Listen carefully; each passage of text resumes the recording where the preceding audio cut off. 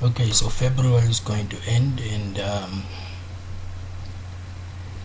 I feel like Bill Clinton when he had to speak about his personal business to outsiders just to say, shut up, you don't know anything. The narrative that's going on is the old narrative, which I want to leave in the past. The second thing is this so called competitiveness and me being told about how, oh, she's a pregnant child, she does this, blah, blah, blah. And I have been a witness, and she's been a witness to our character. I mean, I used to bash gay people. Then she had gay friends. And that gave me that sense of, you know what, I think everybody should have this right and privilege to express themselves. So there are lots of changes that came about in me because of her. You know, subtle things like smiling to a camera, exercising, losing weight, all of that. And the narrative that's being told, when we met, we kissed, and then I was like, no, my father wants me to study, I can't do this, whatever. That was an excuse. I was young, maybe 17 or 18, and I was still dealing with my own past traumas and my awkward relationships by way of communication and interacting with women. There was a time I wasn't capable of doing that. I never dated in high school, even though there were many girls that were literally going like, why? He's such a good guy and he's single, and you know. And I couldn't approach the one I wanted until through turn of events my friend forced me to meet her. That did take away that fear I had of communicating my feelings and telling her the truth. I was nervous, but that small moment was the moment that completely changed my life. My mother knows, you know, when she said no, it's over, and she broke up with me. I guess she believed I was being a player, I wasn't honest, or she wanted revenge, whatever, it doesn't matter. The thing is, I was deeply, deeply heartbroken. That's when everything crashed. And my mother could see, like, and my friends, like, oh, John actually loves this girl. Like, literally, like, we haven't seen you like this. So now, the elements that are trying to bring about some narrative with no past history, with no journey, it's pretty damn insulting to have someone speak for you who knows nothing about you actually. People that discarded you when you were at your worst are the ones giving you advice. That is the snake in Eden. They are saying, be the next Adam, doom them all to hell. And I'm not stupid. So I stand my ground. I had to walk through my issues until I could do a simple thing like sending her a message. And she has the freedom to deal with her issues. And I'm not going to allow insecurities or a sense of embarrassment to hinder that, because people have opinions. You know, I want her opinion directed to me personally until it is communicated personally. So yeah, I'll wait.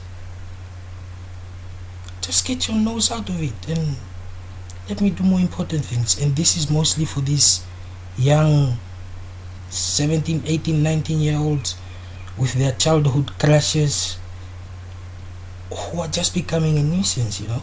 It's what they said, the Z generation. I am a person that believes in planning. When I have a child, it'll be a child we had because we were prepared for that. Not an accident and the mother is that side and the father is that side and the kid grows up confused. I don't want that.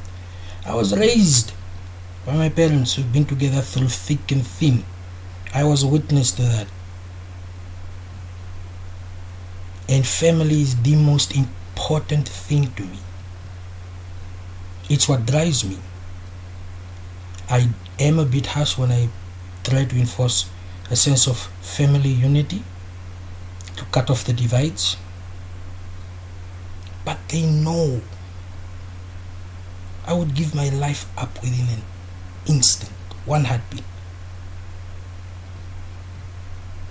And if that's not the way other people live, I'm sorry. But with the foundation that I've been given by by the ones who gave me life, if I am to live right, I have to also build a foundation for those that I will give life. Women are not wombs. She's not a womb. She's a person. What kind of person is she?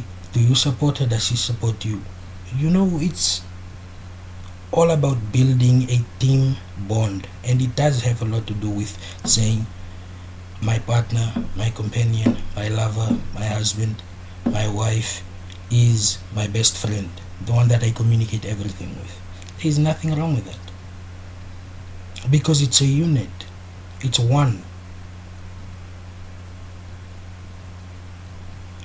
So because of February, she is the most welcome woman in this yard.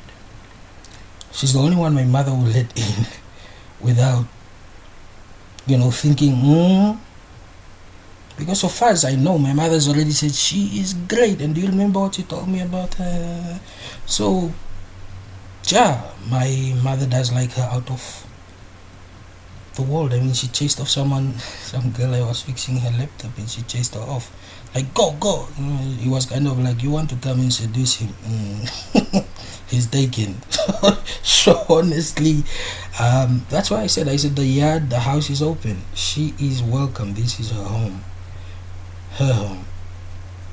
And if she doesn't want, that is her choice. We cannot, like David Cameron say, you cannot have a divorce to renew your vows. And that is true. So I'm biting through it. Look at the time, the years. So honestly, if these so-called opinions by people were right, and if I should hate them, they are based on their lives, and they should footstep with that. If you are not progressive and positive and supportive to someone else trying to make their foundation, then you are a corrosive element, a homewrecker. So love your own, and let's not confuse acquaintances and so forth with so-called polygamist wives or whatever. No. How do we work on empowering women as we do if every time I do, I'm accused of having some sort of a relationship or attraction to that particular woman? Then what the hell am I supposed to do? Okay, leave it to the women. The angry feminists who attack men, including me. I was harassed by feminists, literally harassed.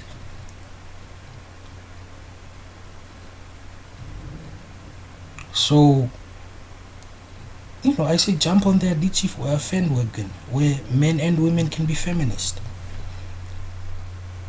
So, if it works and it helps me, and if I believe that there is still a lot more to come, that should be that. Let's just stop with these petty things, guys, and focus on building energy, man, or we won't be going together. So if you decide you're her opponent, you're my opponent too. I'm sorry, but that's just how it is. You checked out my apology. Do I look like the kind of person that will apologize unless I've been forced by way of association? Like, you have to make this. And that's why I helped where I helped, right? So I will sneak this in again to make a point. Let's focus on what we need to do, and not have me coming here every time with statements about my love life and stuff. If, as everybody believes, she's doing wrong and so forth and whatever, okay, then help her in, towards the right way. Don't come and be a disruptive element. No. If you want to mediate so much, then mediate positively or foot sake.